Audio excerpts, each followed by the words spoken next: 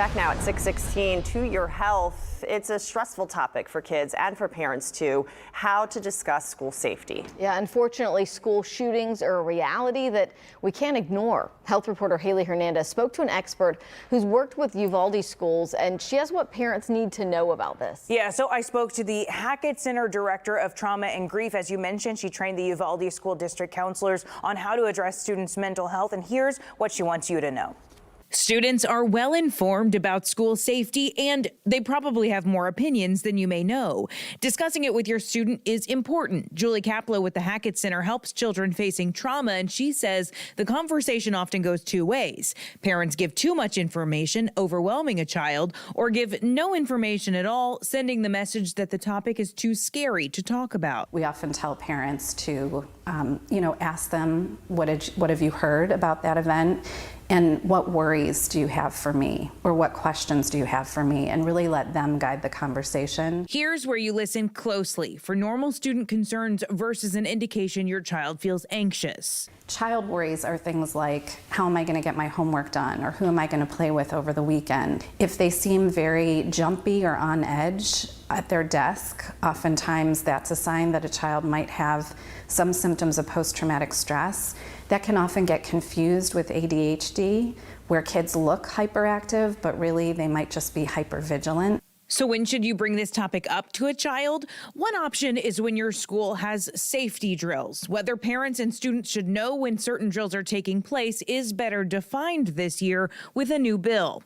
Now, lockdowns, which are required, entails turning off lights and locking doors, while active threat exercises are not required, but might involve first responders showing up. And these must be communicated with families so as not to be confused for a real shooting. Parents are being notified. It's voluntary in nature. We want to make sure that it's trauma informed.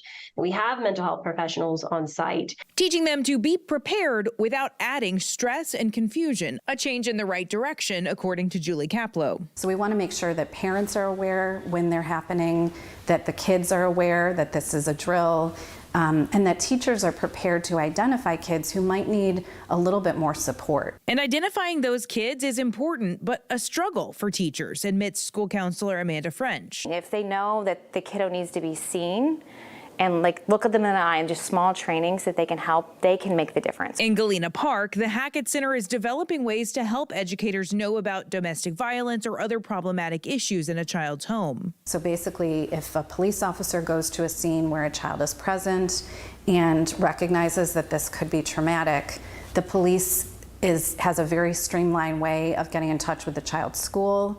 The school is notified that this is a handle with care student. And then from that point, the teacher is made aware that this is a child who might need a little more support. What do you think that we're going to have to do to reverse this awful trend of kids struggling so badly with mental health? Encouraging them to recognize that vulnerability is okay, that it's okay to ask for help, that it is actually very normal to be experiencing feelings of sadness or anxiety, and that it's not shameful, it's not something they need to be embarrassed about.